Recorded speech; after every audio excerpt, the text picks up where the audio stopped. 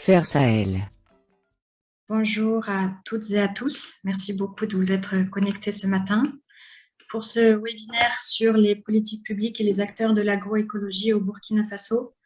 Donc, moi, je suis Amélie Benfray du CIRAD et je vais faciliter les discussions ce matin. Juste 3 petits mots d'information. Donc, le séminaire est enregistré. On vous remercie de couper vos micros quand vous n'avez pas la parole. Et vous pouvez poser des questions à tout moment par écrit dans le QNR, questions et réponses, qui se trouve dans la barre du Zoom. C'est possible de lever la main, mais vu le nombre élevé de participants qui sont attendus, ce n'est pas forcément simple qu'on puisse donner la parole à tous ceux qui le souhaiteront. Donc, avant de démarrer, je voulais juste vous présenter le programme de ce matin. Donc, nous aurons un mot d'ouverture par Monsieur le secrétaire général du ministère de l'Agriculture, des Ressources animales et halieutiques. Puis nous aurons 4 présentations de M. Adama Savadogo du ministère sur la stratégie nationale de développement de l'agroécologie, des docteurs Carolina Milorens du CIRAD et Evelyne Savadogo de l'INERA sur une étude réalisée sur les politiques publiques de l'agroécologie au Burkina l'année dernière, et 2 interventions du Sénabio par M. Souleymane Youbare, chargé de mission sur la stratégie de promotion des biointrants, et enfin par M. Eric Ouedraogo, membre de la Confédération paysanne du Faso, pour discuter sur comment améliorer la cohésion et les synergies d'action entre acteurs de l'agroécologie.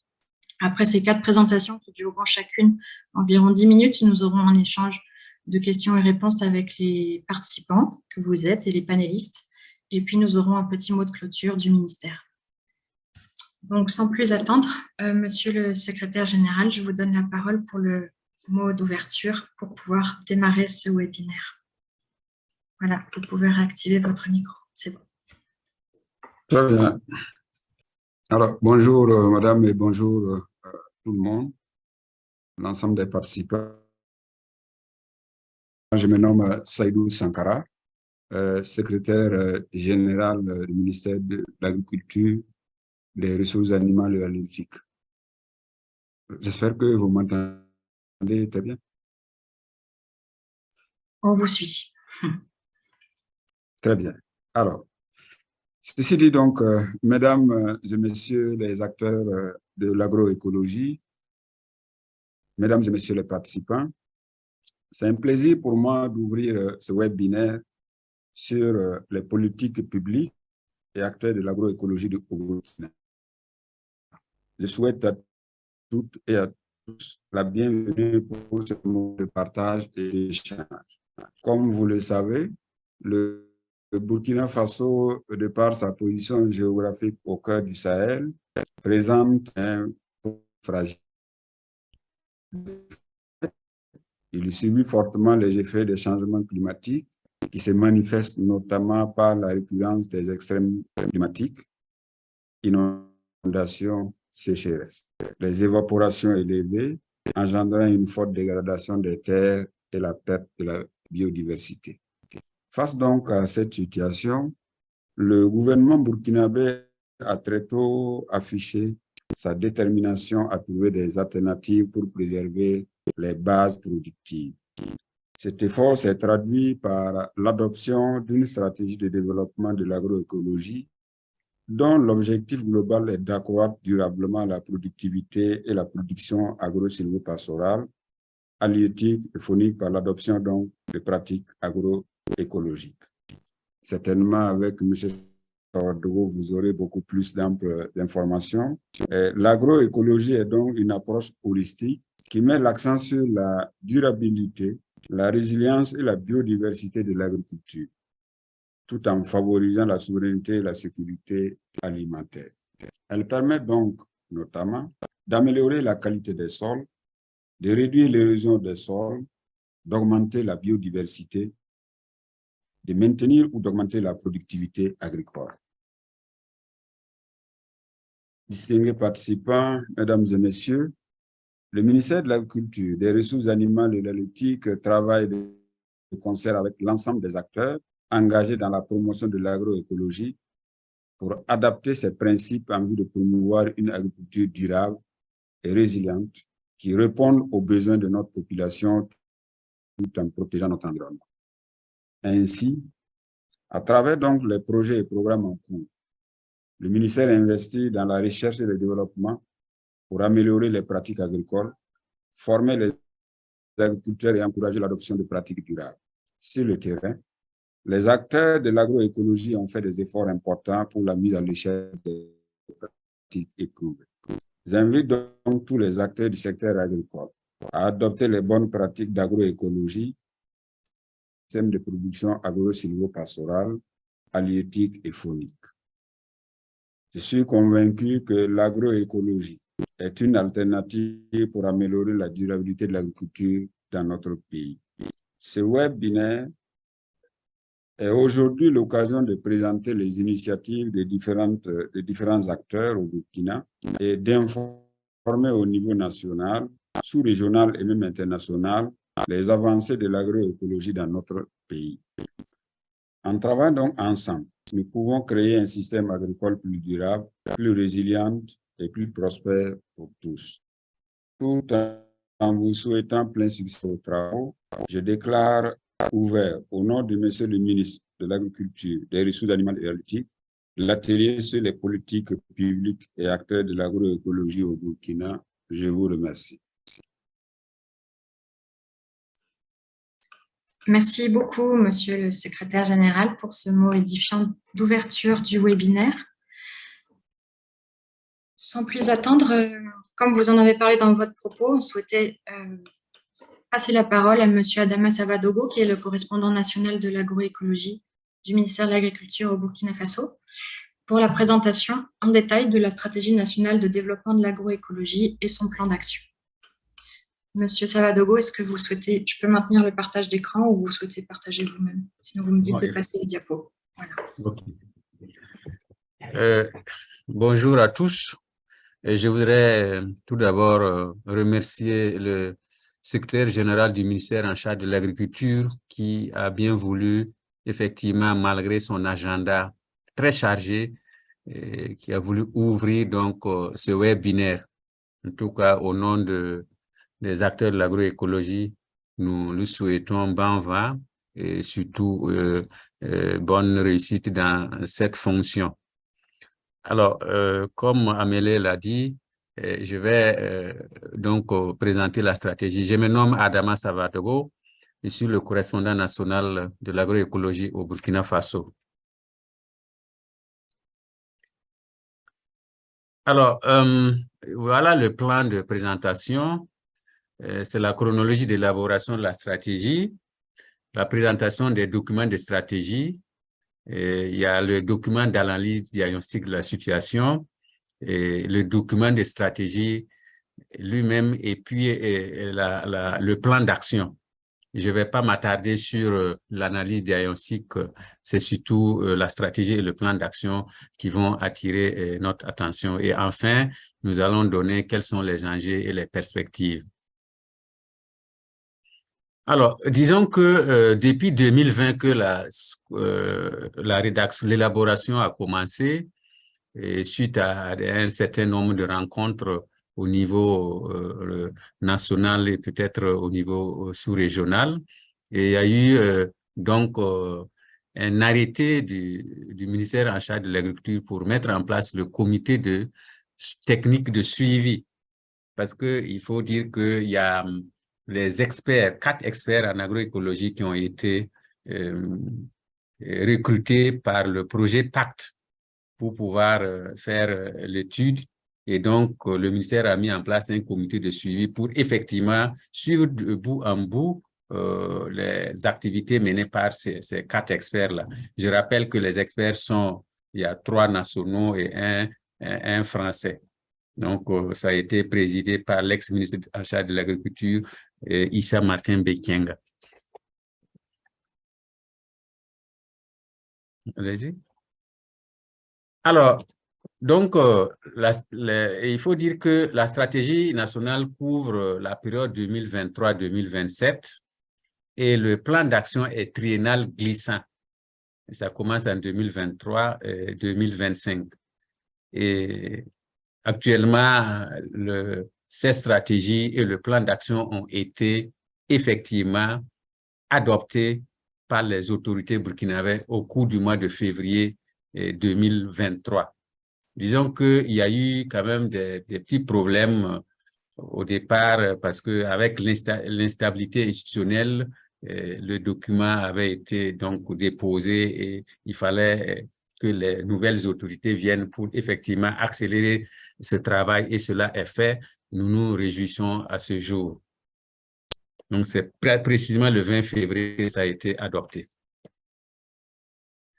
Alors, la stratégie est composée donc de 3 documents. Vous avez l'analyse diagnostique, qui est un document qui donne une situation globale de l'agroécologie dans notre pays, et ensuite la stratégie elle-même, qui a été validée en fin février 2022 et qui a été adoptée donc en février 2023.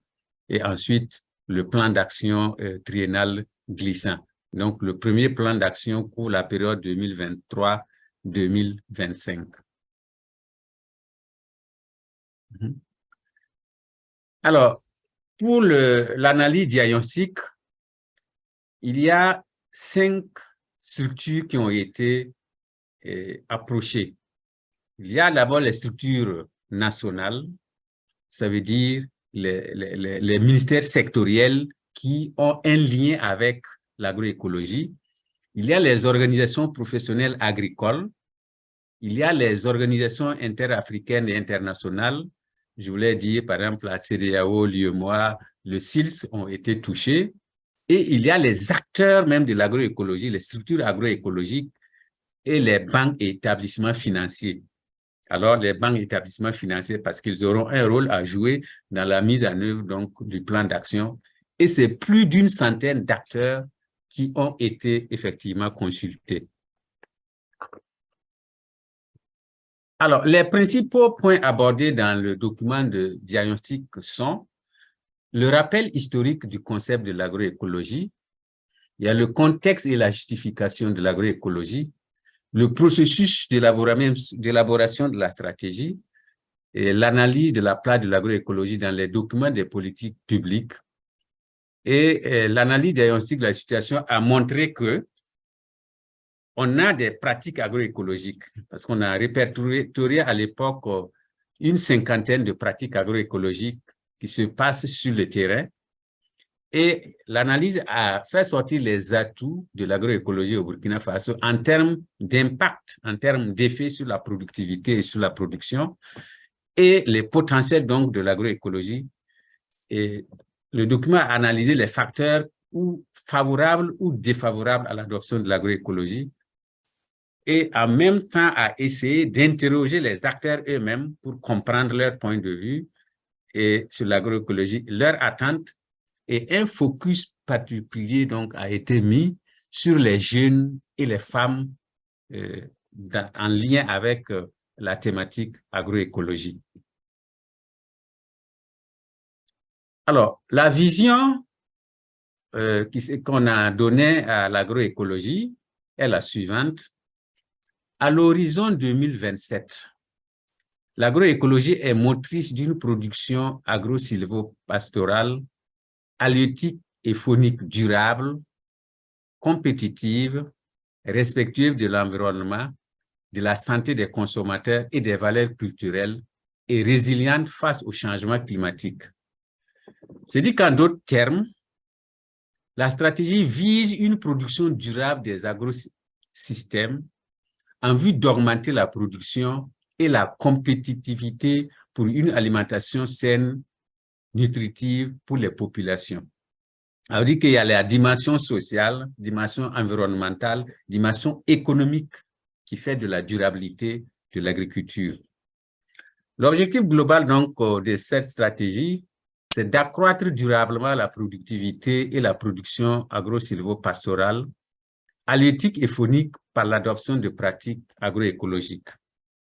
Alors, il y a 3 impacts qui sont attendus. Non, les impacts attendus sont la résilience des systèmes de production agro-sylvo-pastoraux, halieutique et faunique est renforcée. Donc, la question de renforcement de la résilience. Impact 2, c'est l'accroissement durable de la production agro-sylvo-pastorale, halieutique et faunique. L'impact 3, c'est les moyens d'existence et le bien-être social des populations rurales sont améliorés. Alors, comment est structurée donc la stratégie? Elle est structurée en 3 axes. Le premier axe, c'est l'amélioration de la gouvernance de l'agroécologie. Dans cet axe-là, on a un certain nombre d'objectifs spécifiques, notamment 5.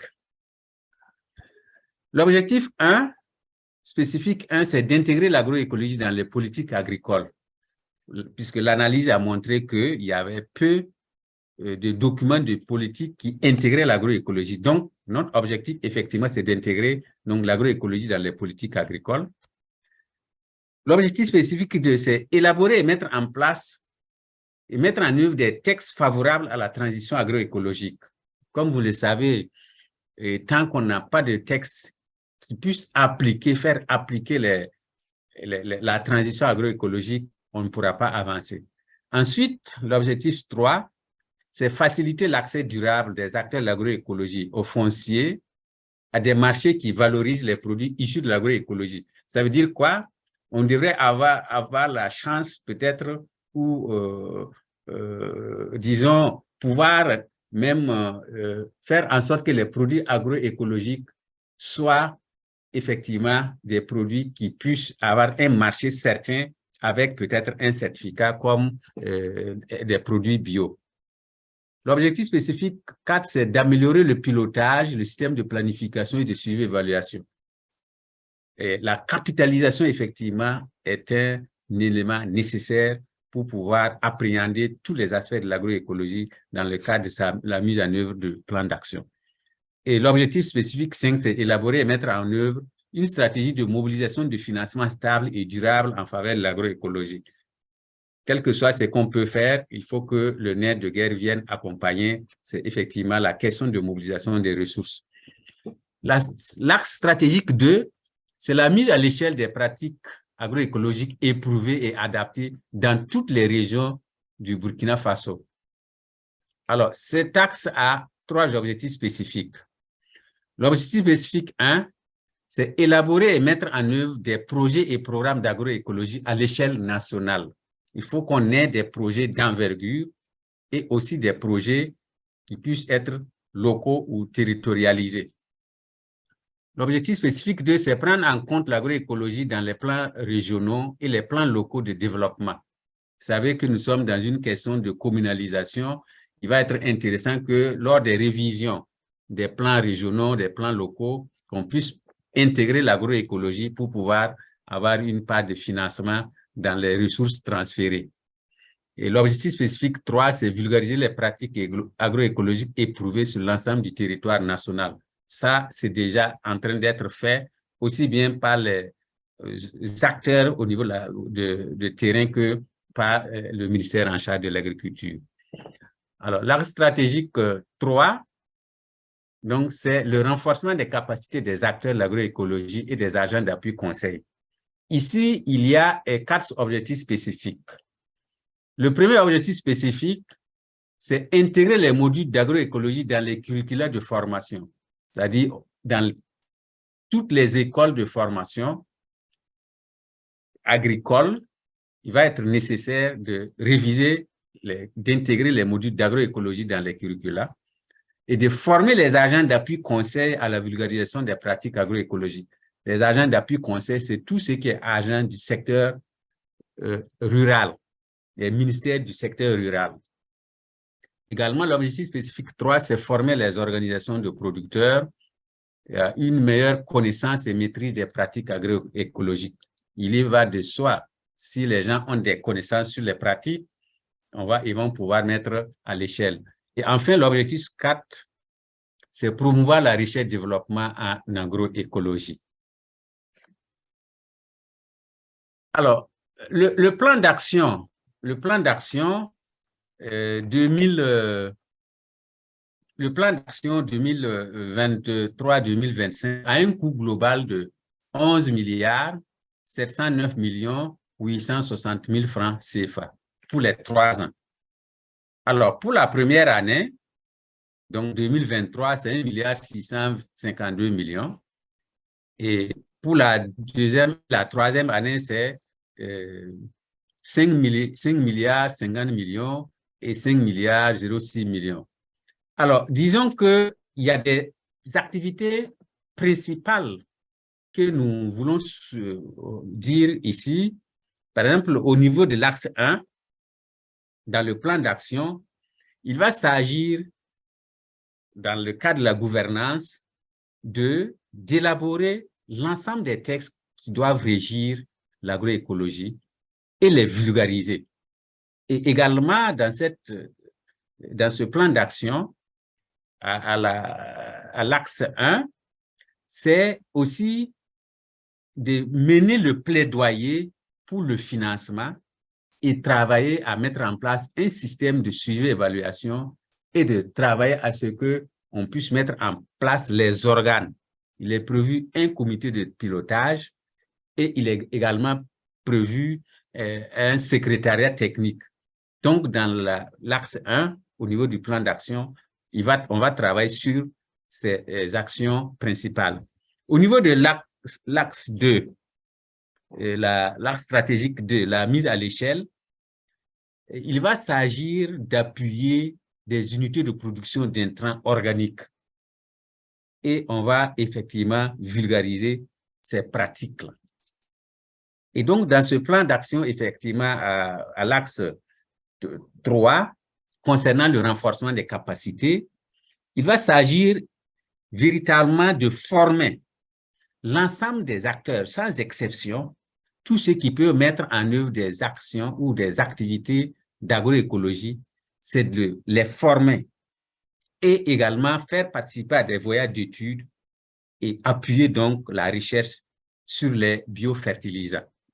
Donc, l'essentiel du coup se concentre sur l'axe stratégique 2 pour un montant de 7 milliards 210 millions 500 000 pour les 3 ans, suivi de l'axe stratégique 3 pour un montant de 3 milliards 1 million 360 000 francs CFA. Alors, quelques enjeux, à notre avis, qui pourraient être partagés. D'abord, pour les acteurs de l'agroécologie, il va être très important qu'ils puissent être impliqués en participant activement dans les cadres de concertation au niveau local, régional et national. Ensuite, la question de suivi et évaluation des actions est capitale et il faut que les acteurs puissent être impliqués dans le cadre de ce suivi et de l'évaluation. Alors, les acteurs, effectivement, doivent travailler à influencer les décisions et de mener des plaidoyers spécifiques comme la question d'accès aux intrants organiques, la réduction des subventions conventionnelles et orientées vers les biointrants. Et également la question de semences paysannes, il faudra qu'on puisse sauvegarder et même préserver donc nos semences paysannes qui sont nécessaires pour la multiplication et il faut que ces semences paysannes-là soient véritablement préservées. Ensuite, les acteurs doivent s'impliquer et partager et capitaliser les expressions agroécologiques entre les acteurs avec les autorités locales, nationales et même régionales. Nous avons un potentiel, nous devrons pouvoir le partager. Ça fait partie même des principes de l'agroécologie. Et ensuite, il faut collaborer et favoriser les synergies entre tous les acteurs, les services techniques, les OP, les OSC, les chercheurs, les institutions financières et les partenaires techniques et financiers.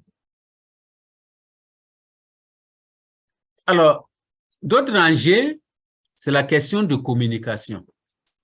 Donc, il y a une stratégie de communication spécifique à l'agroécologie qui va être élaborée. Et donc, elle doit permettre de favoriser l'appropriation de la stratégie par les acteurs de l'agroécologie, les OP, les partenaires au développement et les consommateurs. Cette stratégie, en tout cas, d'ici au cours de cette année, nous allons commencer à l'élaboration. Il y a le suivi-évaluation qui est un enjeu capital parce que le système de suivi-évaluation doit être élaboré et mis en œuvre pour les activités, pour mesurer les effets, les impacts, et une évaluation doit se faire en fin de plan d'action, et même il est prévu une évaluation à mi-parcours pour voir les avancées, les jalons qui ont été posés et quels sont les résultats qu'on peut avoir. Et la question de mobilisation des ressources est capitale.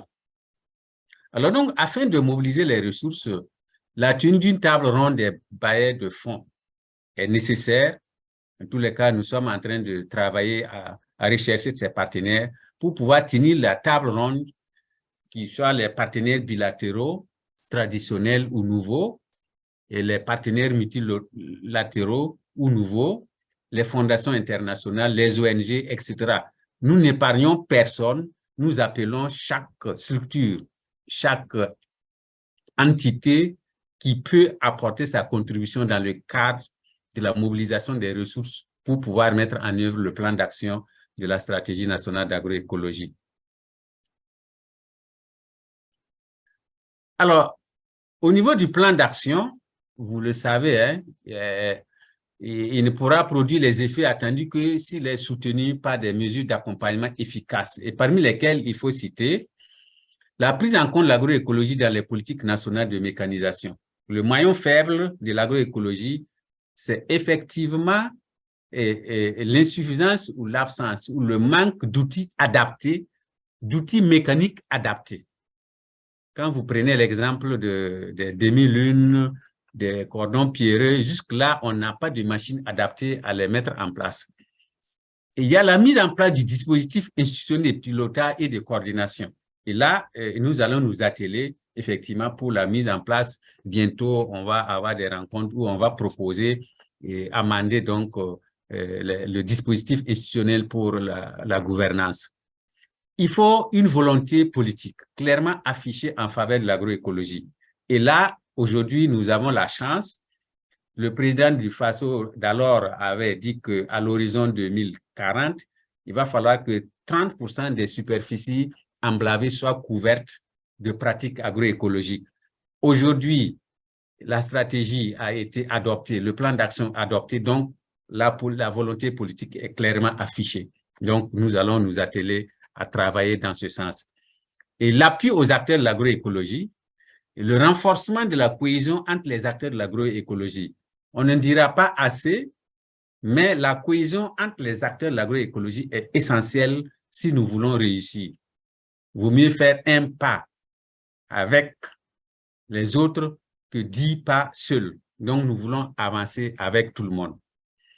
L'appui à la recherche-développement dans le domaine de l'agroécologie est importante parce que la recherche-développement joue un rôle capital si nous voulons effectivement travailler à réussir dans le cadre de l'agroécologie. La recherche d'un financement durable. Le financement durable, c'est quoi? En tout cas, ce n'est pas un financement d'une année ou 2 ans. Il faudra que ça soit pérenne si on a la chance de pouvoir avoir des financements qui soient durables, qui puissent permettre d'accompagner toutes les activités qui devront être réalisées dans le cadre du plan d'action. Et la prise en compte de l'agroécologie dans les ressources transférées par l'État aux collectivités territoriales. Alors, c'est qu'au moment de l'élaboration et surtout au moment de diagnostic, il est montré qu'il y a certaines communes qui avaient des ressources, mais qui ne pouvaient pas les mettre dans le cadre des activités d'agroécologie parce que ce n'était pas inscrit donc, dans les documents de planification. Donc, il va être nécessaire que dans les ressources transférées, on puisse effectivement prendre des parties pour pouvoir réaliser les activités d'agroécologie. L'organisation des marchés est aussi importante parce que si vous produisez avec le système agroécologique, ça doit avoir un coût et il faut organiser les marchés. Il y a des efforts qui ont commencé à s'émettre. On a vu des organisations paysannes, on a vu des organisations de la société civile, en tout cas des acteurs de l'agroécologie qui ont déjà fait des expositions et c'est intéressant. Il va falloir qu'on puisse mettre l'accent sur l'organisation de ces marchés. Ensuite, il faut l'autonomisation des femmes et des jeunes. Et là, cette question, la question foncière revient, et comme les travaux sont en train de se dérouler pour l'autonomisation des femmes et des jeunes, il faut que les gens puissent effectivement investir sur les sols qu'ils veulent mettre en place les pratiques agroécologiques. Et là, les jeunes et les femmes ont des petits problèmes, ont des soucis pour cela. Et l'accent doit être mis pour pouvoir mettre en place des instruments pour cette gestion du foncier au profit des femmes et des jeunes.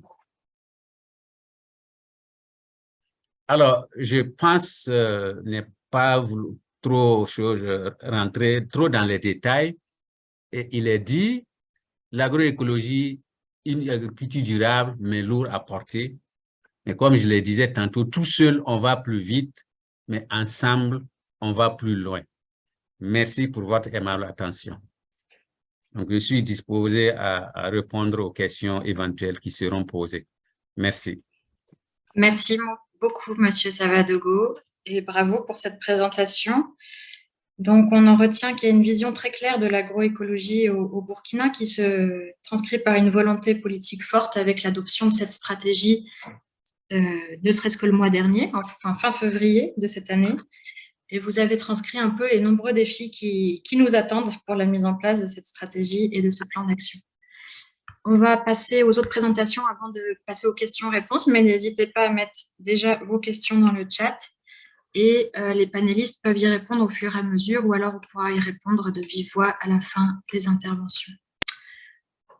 Donc maintenant, je vais passer la parole à nos collègues de l'INERA et du CIRAD pour présenter un peu le point de vue de la recherche sur ces jeux d'acteurs et politiques publiques de l'agroécologie au Burkina Faso. Donc, Carolina, je te laisse partager ton écran. Bonjour à toutes et à tous. Je vais essayer avec la caméra. Si ça ne marche pas, vous pouvez me dire. Le webinaire, c'est déjà un peu froid, donc on essaye au moins de se voir. Et donc, c'est un vrai plaisir et un honneur de participer à cet événement. Merci beaucoup au ministère de l'Agriculture, au Sénat-Bio, à CPF. Merci à Amélie pour l'organisation et à tous ceux qui sont connectés. Je vais présenter donc quelques éléments d'une synthèse d'une étude que nous avons réalisée en équipe entre le CIRAD et l'INRA dans le cadre du projet FAIR Sahel et aussi du projet TAFS, donc le projet FAIR Sahel qui est financé par l'Union européenne et coordonné par Eric Scopel qui doit être dans l'audience. Le projet TAFS coordonné par Claude Dieu et Eric Sabourin. Et l'une des composantes de ce projet, le projet FAIR, il s'intéresse à l'action publique autour de l'agroécologie et notamment comment et dans quelle mesure l'agroécologie elle a été prise en compte dans les politiques publiques nationales. Donc, on vient de voir une belle démonstration faite par Monsieur Savadogo. Avec quelles conceptions et quels instruments et l'étude s'appuie donc sur une sociologie de l'action publique, une approche compréhensive, c'est-à-dire qui s'interroge sur le sens, les représentations que les gens font et les organisations donnent à leurs pratiques. Nous avons réalisé donc au Burkina Faso une quarantaine d'entretiens, à peu près le double au Sénégal, et la limite de cette étude du Burkina était le fait que les acteurs consultés sont ceux basés notamment à Ouagadougou. Donc, juste quelques éléments de contexte. L'agroécologie, elle n'est pas une dynamique nouvelle, comme venait de dire M. Savadogo, ni dans l'agenda international, ni dans les stratégies locales. Donc, au niveau des parcelles agricoles, elle est pratiquée depuis très longtemps et à cette échelle-là, elle est aussi prise en compte par la recherche agronomique et écologique notamment. Par contre, en revanche, au niveau de l'action publique, c'est un phénomène plus récent, depuis les années 70 au niveau de la société civile, mais encore plus récent si on considère les politiques publiques qui commencent à être formulées pour l'agroécologie principalement depuis les années 2010. Donc, on observe une nouvelle phase de projets, d'initiatives agroécologiques, notamment au niveau de la sous-région ouest-africaine. Cette dynamique a été largement impulsée, certes, par la coopération internationale, par la FAO, par la CEDEAO, par l'Union européenne, la coopération bilatérale, Mais malgré ce qu'on voit, malgré ce rôle important de la coopération internationale et des dynamiques aussi sous-régionales, ce qu'on observe dans nos études est que les trajectoires de chaque pays, de chaque territoire, ils sont complètement différentes. On constate beaucoup d'allers-retours entre les acteurs internationaux, les acteurs nationaux, dans la définition des problèmes à cibler, dans les approches à privilégier. Donc, ça dépend beaucoup des enjeux, des contraintes de chaque pays et surtout des acteurs qui sont impliqués dans le processus. Et c'est pourquoi on fait ce webinaire autour des acteurs de l'agroécologie. Par exemple, moi, j'ai eu la chance de pouvoir travailler dans 3 parmi les 5 pays ciblés par le programme en agroécologie de la CEDEAO et on voit des trajectoires complètement différentes entre le Sénégal, le Burkina Faso, la Côte d'Ivoire et je vais y revenir tout à l'heure. Donc, en ce qui concerne les conceptions de l'agroécologie, il y a de nombreuses interprétations dans chaque pays qui sous-tendent parfois des postures conceptuelles, idéologiques et diverses. Donc, si on s'intéresse à la définition qui a été donnée à l'agroécologie par la DITAES, la dynamique de la transition agroécologique au Sénégal, un réseau très fort notamment de la société civile, ils ont fait le choix stratégique de garder une connexion avec l'agenda international à travers les 10 principes de la FAO, mais sans pour autant s'engager dans des controverses trop fortes autour de la définition de l'agroécologie et tout ça afin de quoi? De fédérer les acteurs autour de ce projet politique. En Côte d'Ivoire, l'agroécologie en tant que telle, elle ne fait pas vraiment débat politique, objet de débat politique. Elle est présente dans des initiatives du maraîchage, des projets ponctuels, mais l'enjeu politique est bien moins important. Et l'enjeu principal, il concerne beaucoup plus les modalités de mise en œuvre de l'agroforesterie, et là avec une vision très centrée sur la filière et la filière cacao. Au Burkina, donc au Burkina Faso, il y avait dès le début de l'élaboration de cette stratégie une préoccupation initiale de ne pas transformer l'agroécologie dans un fourre-tout. La question de cette définition, d'une définition consensuelle, elle semblait très importante au départ. Et ce choix, pourtant, il a exposé aussi des divergences importantes entre les acteurs de l'agroécologie dans le pays. Il a aussi fait face à un long processus de négociation, mais surtout un processus d'apprentissage aussi entre ces acteurs. Et on voit aujourd'hui une sorte de compromis autour de la notion de transition agroécologique. Et ce qui est intéressant, c'est qu'en analysant les entretiens, nous avons vu que certaines questions ressortaient de manière courante, donc notamment la question de l'autonomie, l'importance de cette vision d'autonomie autour de l'agroécologie, et aussi d'autres notions plus englobantes comme transition, agriculture durable, etc. Par contre, la question des entrants est celle qui attire plus d'attention, mais aussi plus de débat entre la question d'un usage rationnel d'entrants chimiques, l'abolition d'entrants. C'est une question qui a fait un certain nombre de débats et de controverses. Mais malgré ces controverses, malgré certaines de ces divergences, on constate aussi beaucoup de synergie entre ces acteurs, entre les acteurs consultés, notamment ce qui concerne par exemple l'histoire de la dynamique agroécologique au Burkina Faso qui date bien avant ces projets plus récents, même de Pierre Rabhi, les enjeux de diagnostic, les défis agricoles, c'est-à-dire le vrai problème autour de la santé publique lié à la contamination des pesticides, la question de la perte de fertilité des sols, la question des impacts des changements climatiques, aussi de la dégradation des ressources naturelles sur la disponibilité de l'eau, des synergies aussi sur le système de production, ce qui concerne la question de la pénibilité du travail, qui n'est pas suffisamment abordée par l'agroécologie, mais comme mentionnait M. Savadogo tout à l'heure, il y a cette vision d'intégrer l'agroécologie dans le programme de mécanisation, le rôle central de l'agriculture familiale, même si pour certains acteurs, l'agrobusiness peut aussi avoir sa place là-dedans. Et surtout, un point intéressant est le débat autour de la sécurité alimentaire, qui est l'un des enjeux les plus importants pour le pays. Mais au lieu, on n'a pas trouvé vraiment une perception d'opposition très forte entre agroécologie et sécurité alimentaire, ce qu'on trouve dans d'autres pays, par exemple au Sénégal, au Burkina Faso. De nombreux acteurs nous parlaient de cette perspective de sécurité alimentaire, certes, mais dans le long terme, donc une préservation du capital sol comme étant essentiel. Sur la dimension des acteurs, ce qui concerne les acteurs de l'agroécologie au Burkina Faso, on voit une dynamique assez impressionnante.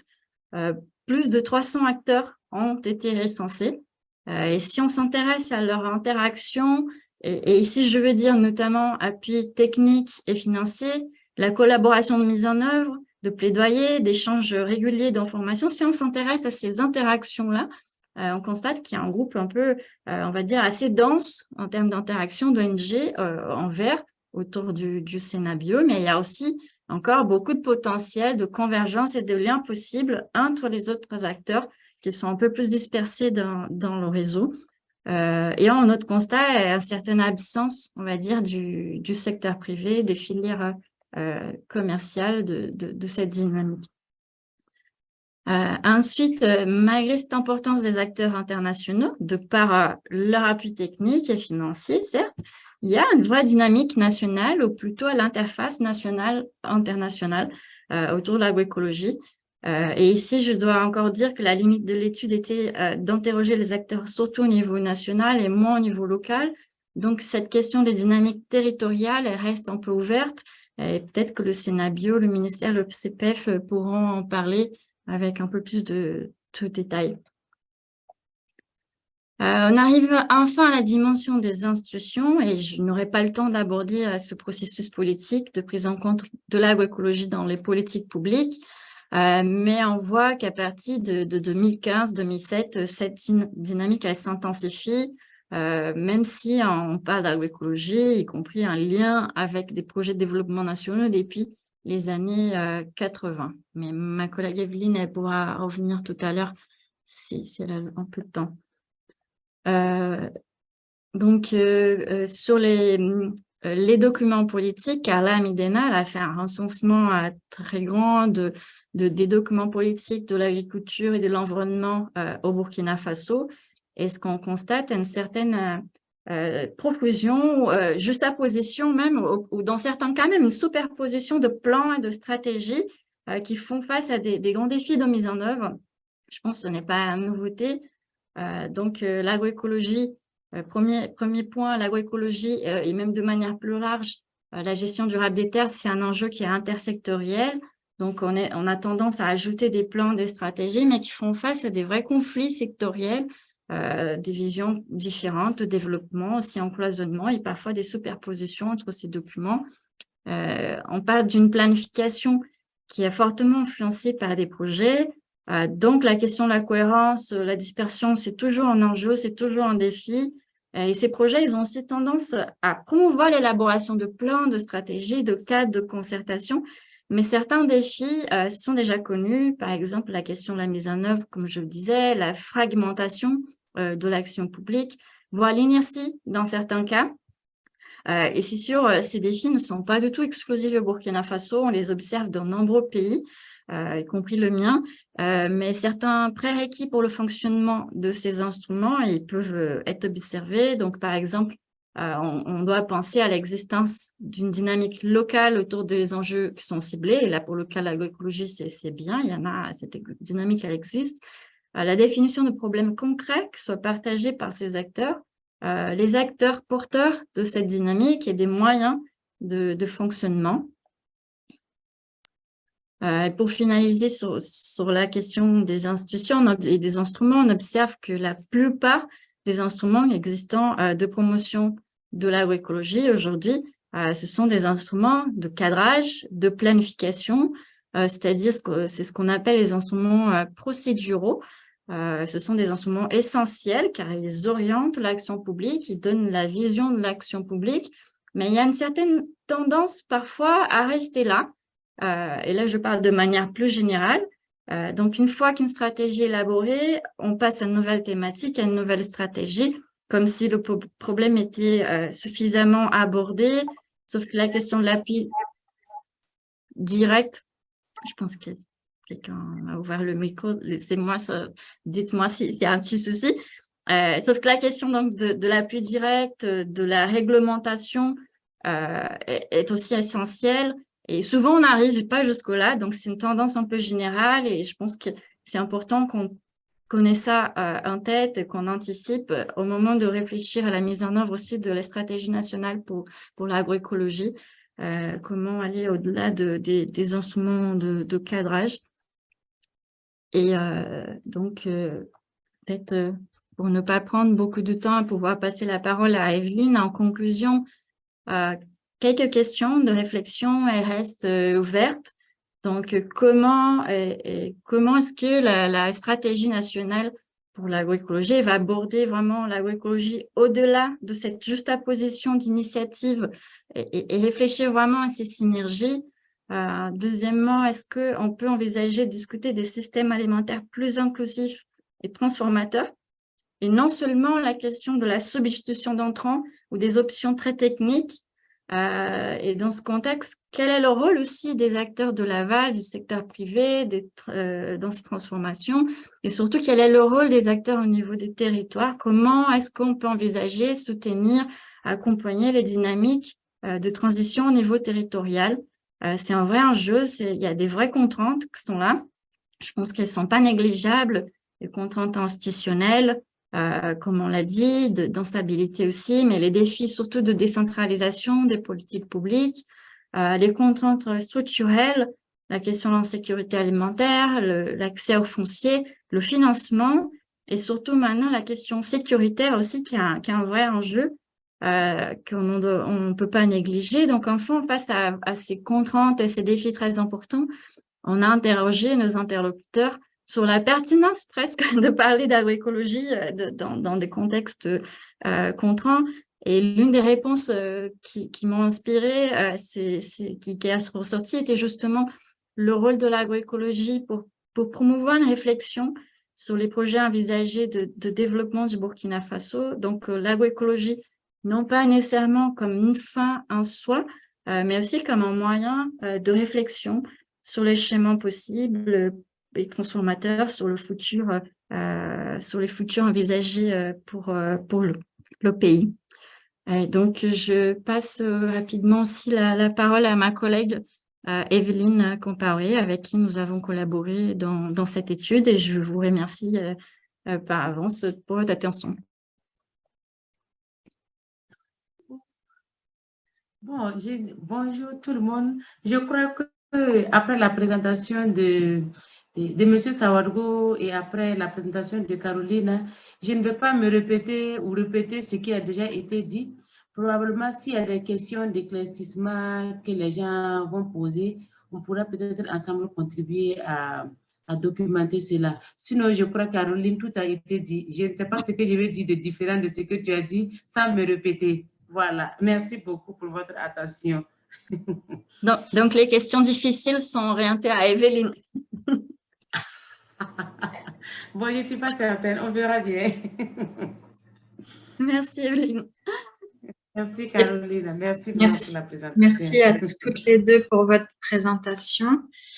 Et puis, je profite aussi pour remercier tous les acteurs qui ont bien voulu répondre, participer à des entretiens, répondre à nos questionnaires l'an passé, que ce soit les collègues du CIRAD, de l'INERA ou la stagiaire Carla Midena qui était venue faire son étude sur le Burkina Faso. Merci pour votre disponibilité. Et puis, le rapport sera partagé après ce webinaire, le rapport préliminaire, pour ceux qui souhaitent en savoir un peu plus. Donc, bon, ce point de vue de la recherche est intéressant. On voit qu'il y a un foisonnement d'acteurs, de visions, de projets au Burkina Faso sur l'agroécologie, ça fourmille. Mais je pense que ça a aussi montré qu'il y a quand même des acteurs qui commencent à s'organiser. Il y a des cadres de concertation qui se créent. Et puis, je crois que ce que va nous présenter notre collègue Souleymane Youkbaré du Sénabio rentre bien là-dedans, puisque c'est le résultat d'une concertation entre différents types d'acteurs qui a permis de faire émerger une stratégie de promotion des bio-intrants au Burkina. Donc, Souleymane, je vous laisse la parole. Essayons de respecter un peu le temps des présentations pour laisser la place aux échanges, si possible. Est-ce que vous voulez que je partage l'écran ou bien vous le faites directement? Les deux sont possibles. C'est bon, c'est en train de venir. Parfait.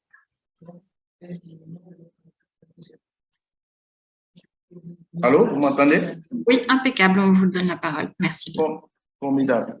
Donc, avant tout propos, je tenais d'abord à remercier les organisateurs de ce webinaire, notamment le CIRAD, la CPF et le ministère en charge de l'agriculture, et aussi les autres partenaires qui ont contribué d'une manière ou d'une autre pour la réussite de ce webinaire. Alors, donc, moi, j'ai la charge de vous présenter la stratégie de promotion des bio-intrants au Burkina Faso. Et ma présentation sera axée sur 4 grands points, notamment un petit contexte. Ensuite, faire un peu un environnement des bio-intrants au niveau du Burkina Faso, présenter les initiatives qui existent et enfin terminer par le plan d'action du cadre de concertation des acteurs des bio-intrants qui, à ce niveau, aura 5 sous-points. Alors, en ce qui concerne le contexte, il faut dire que depuis un certain nombre d'années, au Burkina Faso, notre agriculture est dite conventionnelle. Alors, c'est dite conventionnelle, pourquoi? Parce que c'est une agriculture qui fait usage des produits chimiques de synthèse, notamment les produits fertilisants chimiques et les produits phytosanitaires.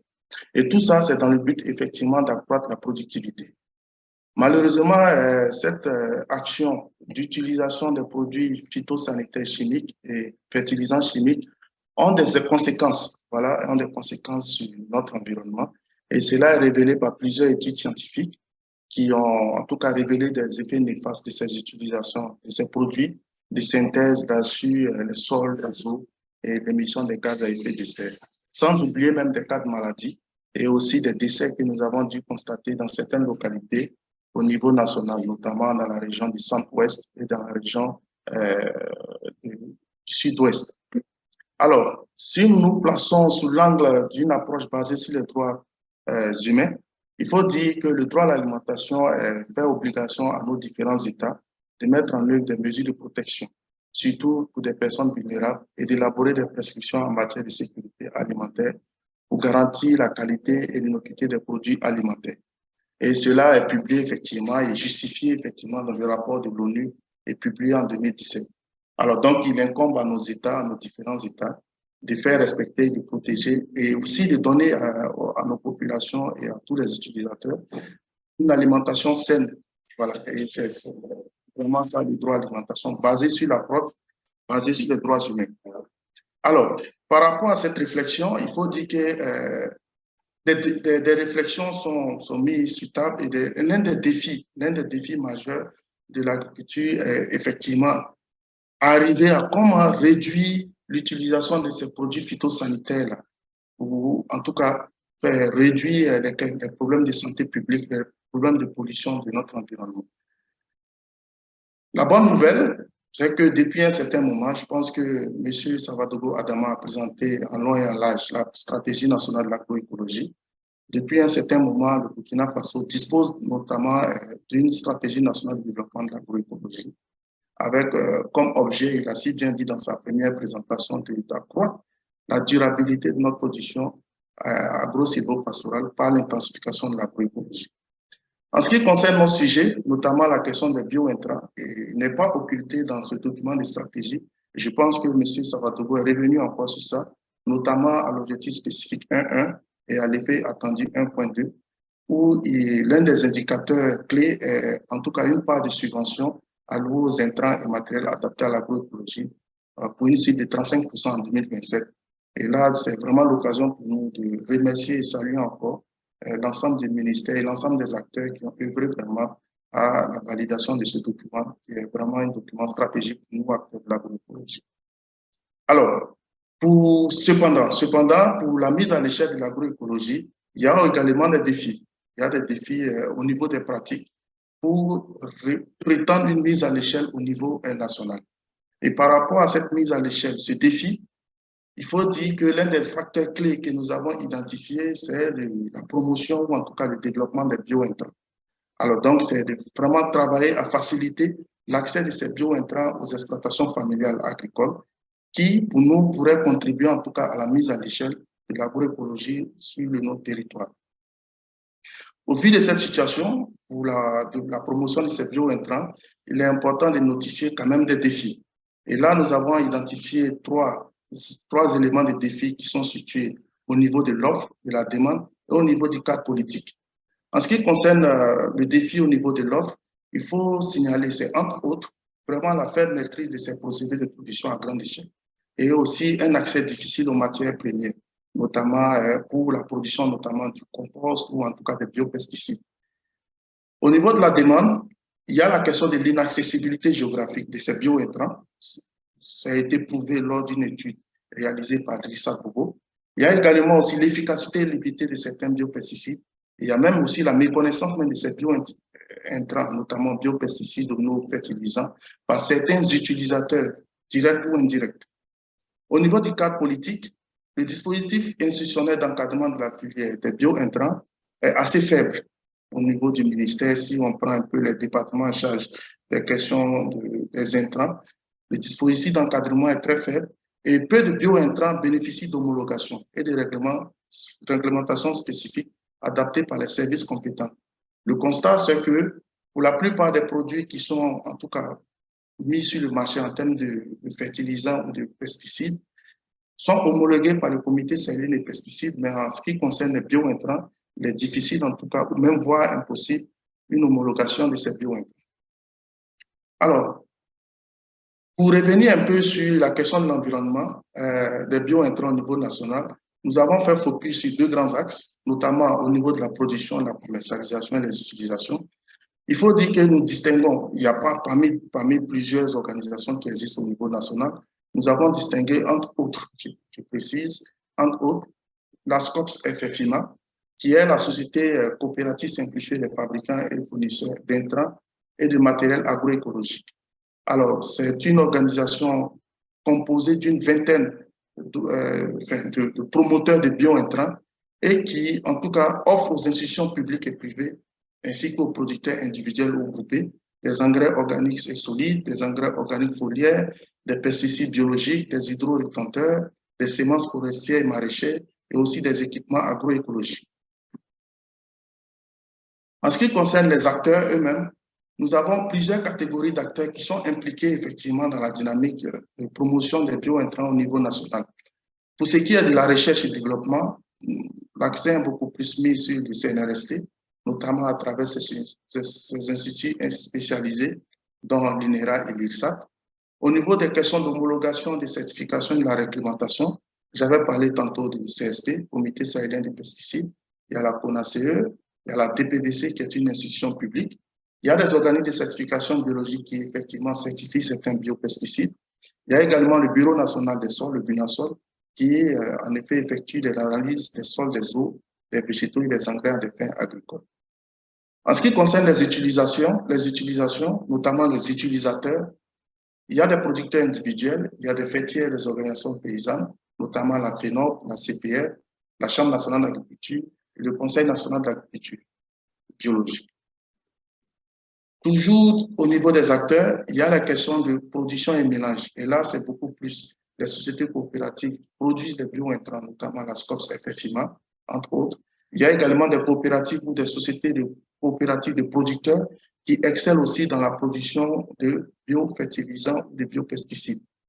En ce qui concerne les actions de formation, sensibilisation et vulgarisation, il y a la DPVC qui revient, notamment la DPVC, une institution publique. Il y a la SCOPS FFIMA, en plus de la production, excelle aussi dans la formation et la sensibilisation. Il y a certaines coopératives, des OP, des groupements de producteurs, et également aussi des ONG ou associations qui travaillent fortement aussi dans les questions de formation et sensibilisation. L'avant-dernière action ou rôle et responsabilité, c'est la distribution et la commercialisation. Et là, c'est les entreprises, notamment Agrodia, la SCOPS FFIMA qui revient dans la commercialisation des biointrants. Il y a des commerçants grossistes. Et enfin, le dernier point, les appuis transversaux. Et là, ce sont beaucoup plus les ONG nationales ou internationales, les développements qui interviennent évidemment dans l'appui à une agriculture durable. Au Burkina Faso, à travers des projets et programmes qu'ils essaient de mettre en œuvre au niveau national où il y a un focus sur la promotion des biointrants. Alors, pour ce qui concerne le point sur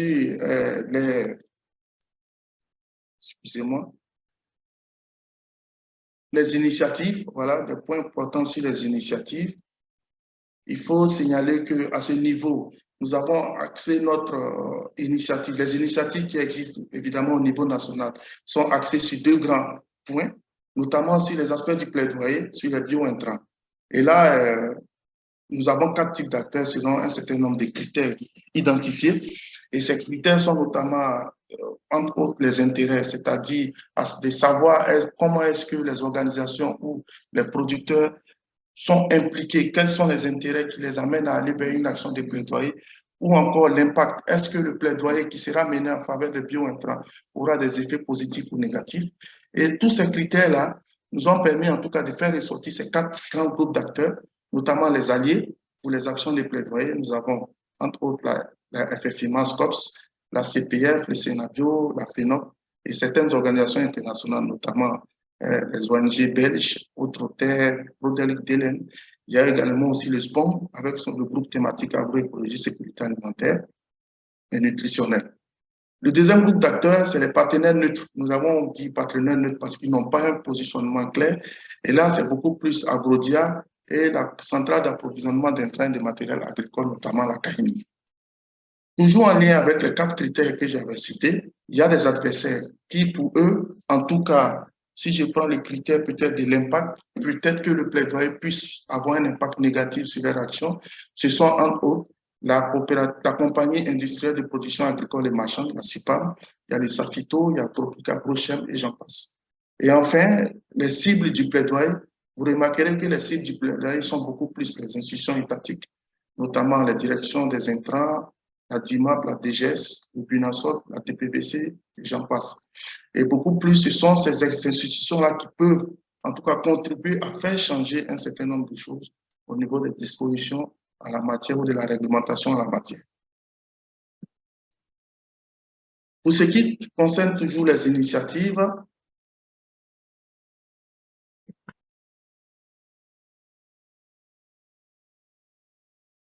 la Chine qui est plantée.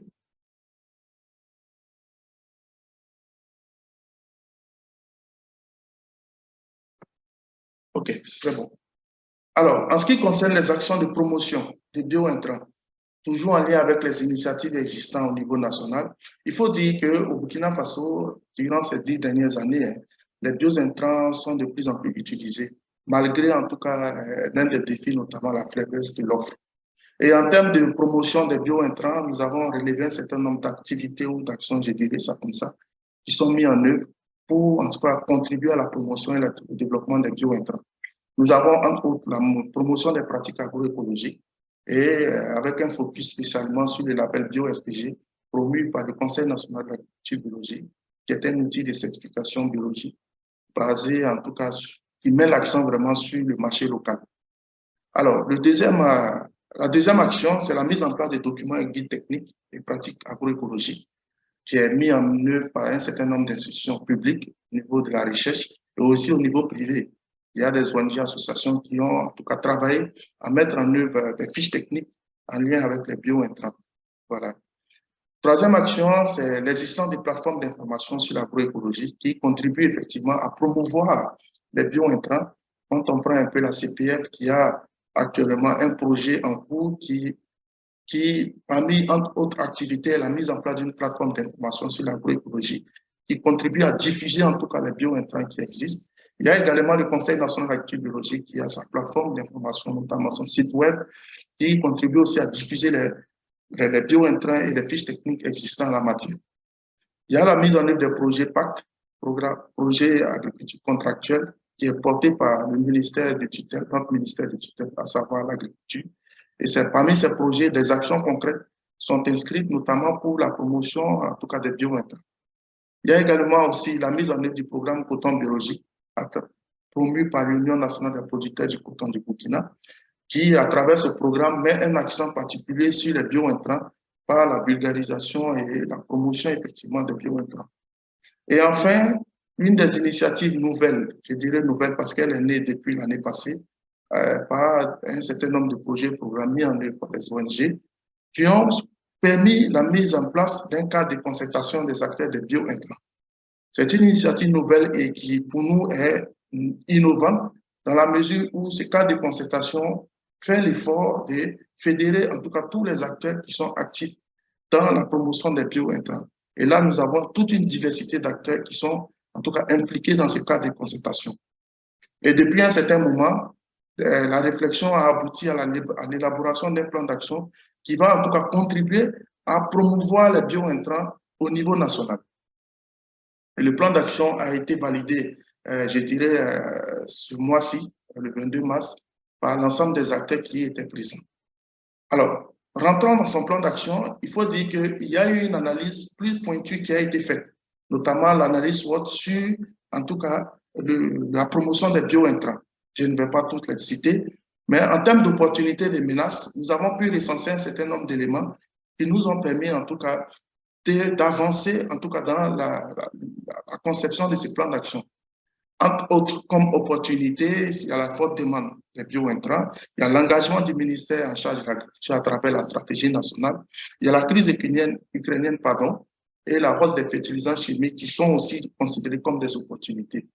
En termes de menaces, entre autres, il y a la pression des lobbies, des industries chimiques, il y a l'absence de réglementation pour en tout cas cadrer les bio-intrants au niveau national, notamment les biofertilisants, les biopesticides. Et malheureusement, il y a la porosité de nos frontières qui occasionne les entrées frauduleuses des biopesticides dans nos territoires. En termes de force, il y a l'avantage, il y a des diversités d'initiatives au niveau des entreprises et au niveau des institutions publiques, notamment au niveau de la recherche burkinabé, des biopesticides qui existent et des biofertilisants. Il y a l'existence des acteurs engagés pour la promotion des bio-intrants. Il a parlé tantôt aussi du cadre de concertation des acteurs des bio-intrants qui a été mis en place. Et en termes de faiblesse, nous notons toujours la faible collaboration entre la recherche et les innovateurs et même les promoteurs des bio-intrants. Il y a également le faible développement des chaînes de valeur agroécologiques et actives-biologiques. Donc, voilà un peu une image, je dirais ça comme ça, de notre analyse pointue SWOT qui nous a permis quand même d'aboutir à une logique d'intervention concrète. Et cette logique d'intervention comprend 7 effets. Je ne vais pas toutes les citer, mais il faut comprendre que ces 7 effets sont beaucoup plus arrimés à 3 objectifs spécifiques. Et les 3 objectifs spécifiques sont notamment l'objectif spécifique 1, qui porte sur les politiques cohérentes et un cadre réglementaire stimulant l'essor des bio-intrants. Et à cet effet, nous avons 3 effets attendus, notamment l'effet 1, l'effet 2 et l'effet 3. En ce qui concerne l'objectif spécifique 2, là, c'est beaucoup plus les producteurs et les consommateurs, notamment les utilisateurs finaux, qui vont adopter effectivement les bio-intrants et les produits, évidemment, de l'agriculture biologique et de l'agroécologie. Et là, nécessairement, ça passe par 2 effets, l'effet 4 et l'effet 5. Et enfin, l'objectif spécifique 3, les bio-intrants qui répondent aux besoins spécifiques aux producteurs, notamment la question de la qualité et de l'accessibilité, et aussi la disponibilité. Et à cet effet, nous avons 2 effets attendus, dont l'effet 6 et 7.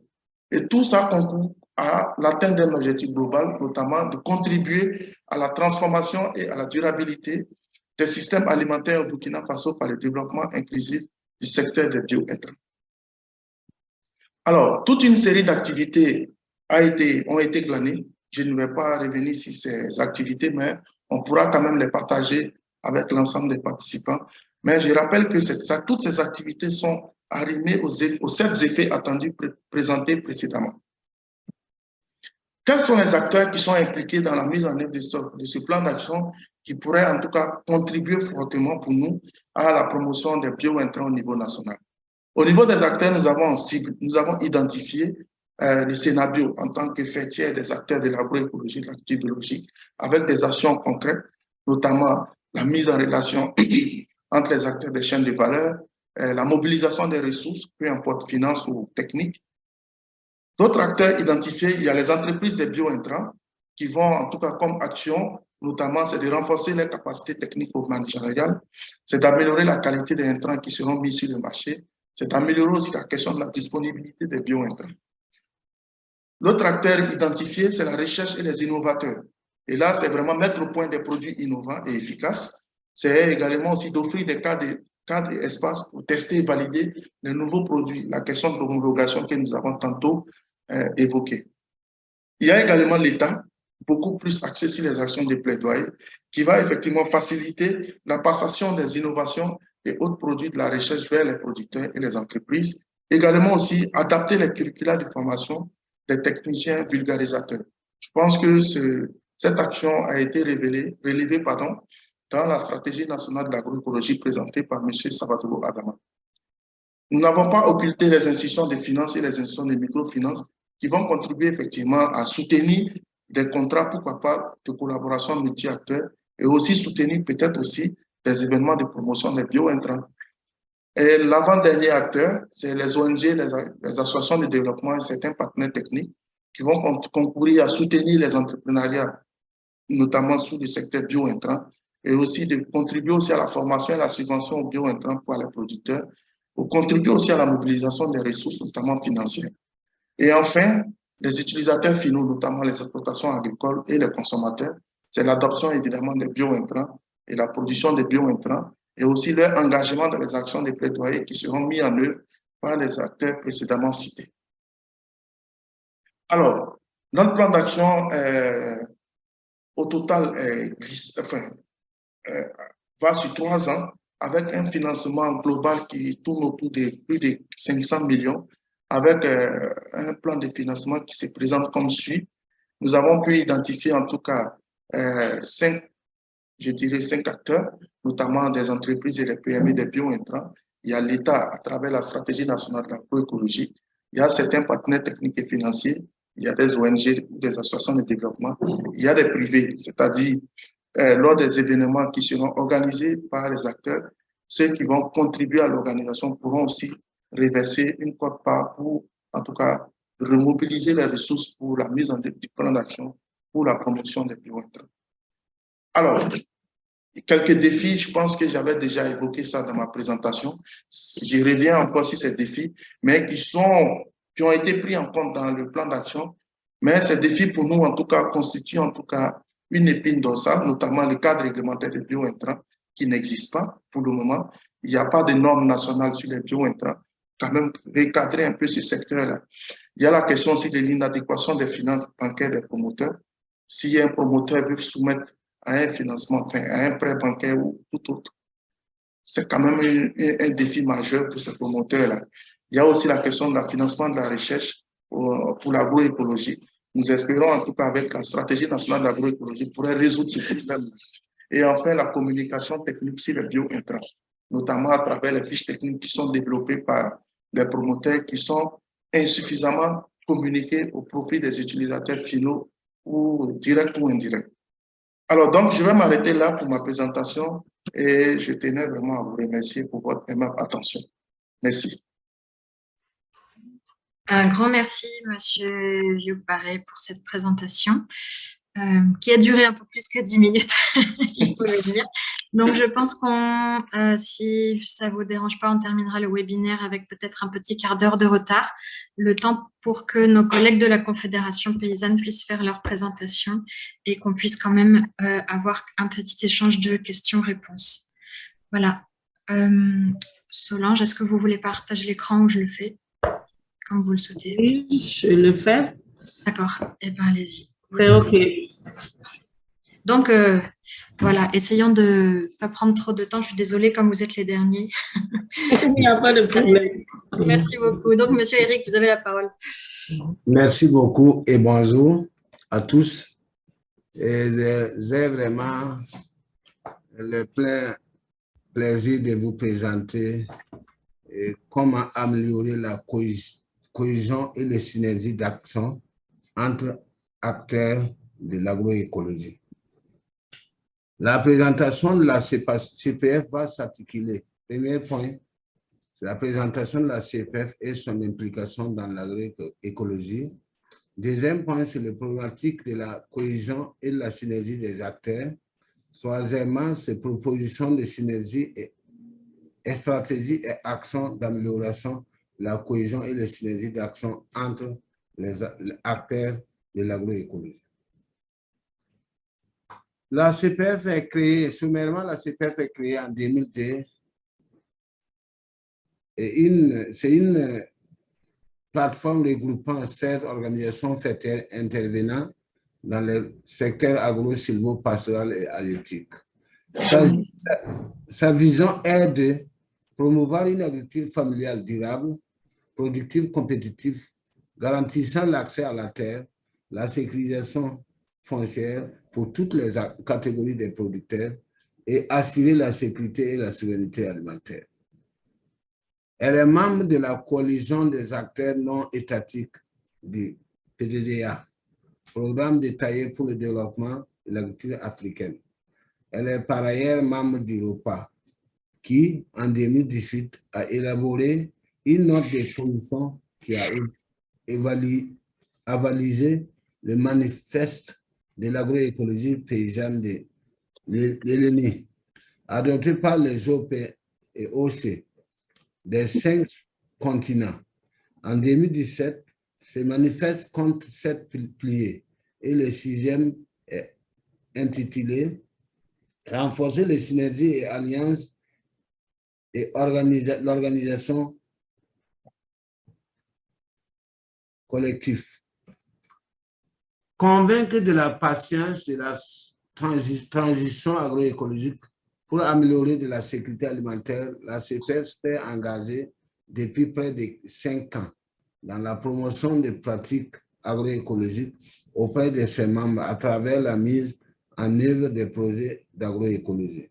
C'est dire donc que les OP sont déjà dans la synergie de la cohésion et dans la dynamique de la cohésion et de la synergie d'action des acteurs. Et diversification et nombre pléthorique des stratégies intervenant dans l'agroécologie au Burkina Faso. 300 structures selon le document la stratégie nationale de développement de l'agroécologie. Sur le plan institutionnel, l'agroécologie est portée principalement par le ministère de l'Agriculture, mais le ministère de l'Environnement, de l'eau et de la recherche scientifique mène également des activités dans le domaine de l'agroécologie.